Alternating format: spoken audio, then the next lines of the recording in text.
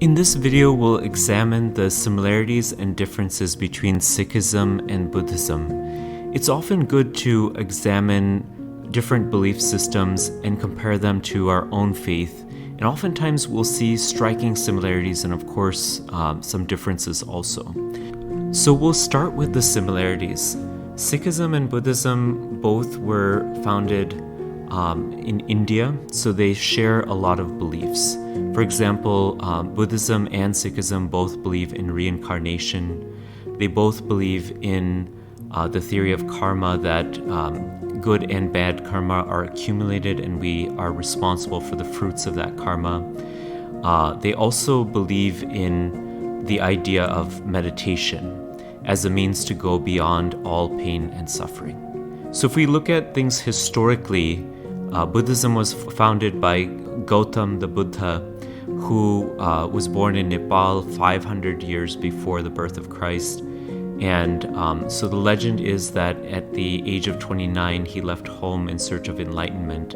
And through various spiritual practices and ultimately his own effort, he achieved the state of nirvana, or going beyond pain and suffering, reaching that state beyond the cycle of birth and death, which in Buddhism they call nirvana. And Buddhist teaching is summarized by 4 noble truths which the Buddha taught, so we'll go over them and also whether they're agreeable with the teachings of Sikhi as well. So the first truth is that life is full of suffering, which Guru Granth Sahib Ji also says that life by its very nature is full of suffering. We're here to reap the fruits of our karma. So the second is that this suffering, this dukh, is caused by unrestrained desire and attachment. And this also the teachings of Guru Granth Sahib Ji would agree with, that attachment, specifically attachment to illusion or maya, is the root cause of suffering.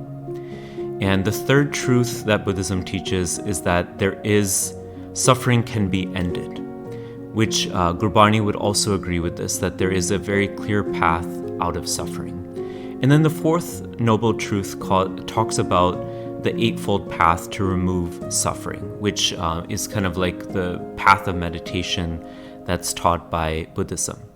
So Guru Granth Sahib Ji would agree with a lot of the noble truths that are there in Buddhism. Some of the other principles that were taught by the Buddha, however, are not the same as Sikhism. For example, Sikhism teaches that the first principle of Sikhism is kirt karo, earn an honest living, whereas the Buddha advocated renunciation of the world as a path to attaining enlightenment. So Sikhism would not agree with that, as renunciation of the world being necessary for achieving the state going beyond birth and death. The method of meditation that's taught by Buddhism is also different than the method of meditation taught in Sikhism. And in order to talk about this, we also have to go in a little bit deeper into what Buddhism and Sikhism say about God. So Gautam Buddha, the historical Buddha, never talked about God, didn't confirm the existence of God or deny the existence of God.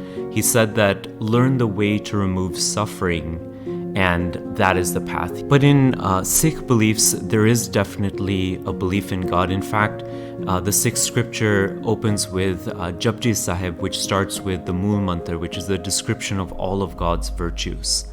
So this is one difference between Buddhism and Sikhism. So Buddhist meditation is all about understanding the mind, going beyond thought, whereas Sikh meditation involves meditating on God's name, reciting God's name, worshiping God, singing God's praises. So while the fundamental assumptions about suffering are very similar, the way out of suffering taught by Buddha is different than the way out of suffering taught by Guru Nanak Dev Ji. The third principle, Vantke Shako, meaning sharing your earnings with others, that Guru Nanak Dev Ji taught, could be understood to also, Buddhists also believe in charity, compassion, so those teachings are also similar. So it's worth noting that historically, during the time of Guru Nanak Dev Ji, Buddhism was not a major religion in India.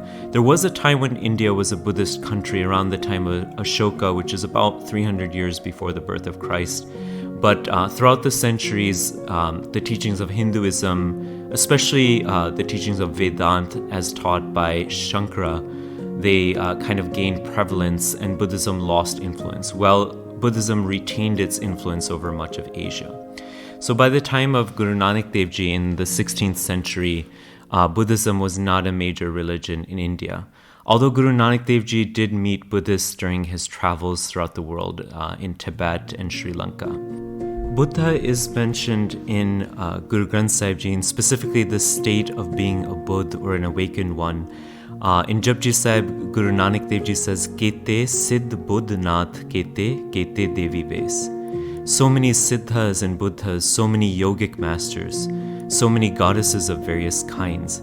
It's worth noting that Buddha is mentioned in the Gyan Khand or the realm of wisdom. However, there are some khands or spiritual realms that are even beyond this, including Saram Khand, Karam Khand, and Sach Khand.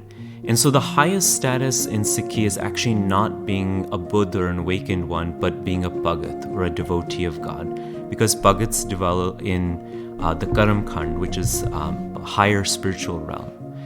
But ultimately, Gurbani teaches to respect all religions, to respect all faiths, and all saints, every background. So, but it is worthwhile to try to understand the similarities and differences between different religions, including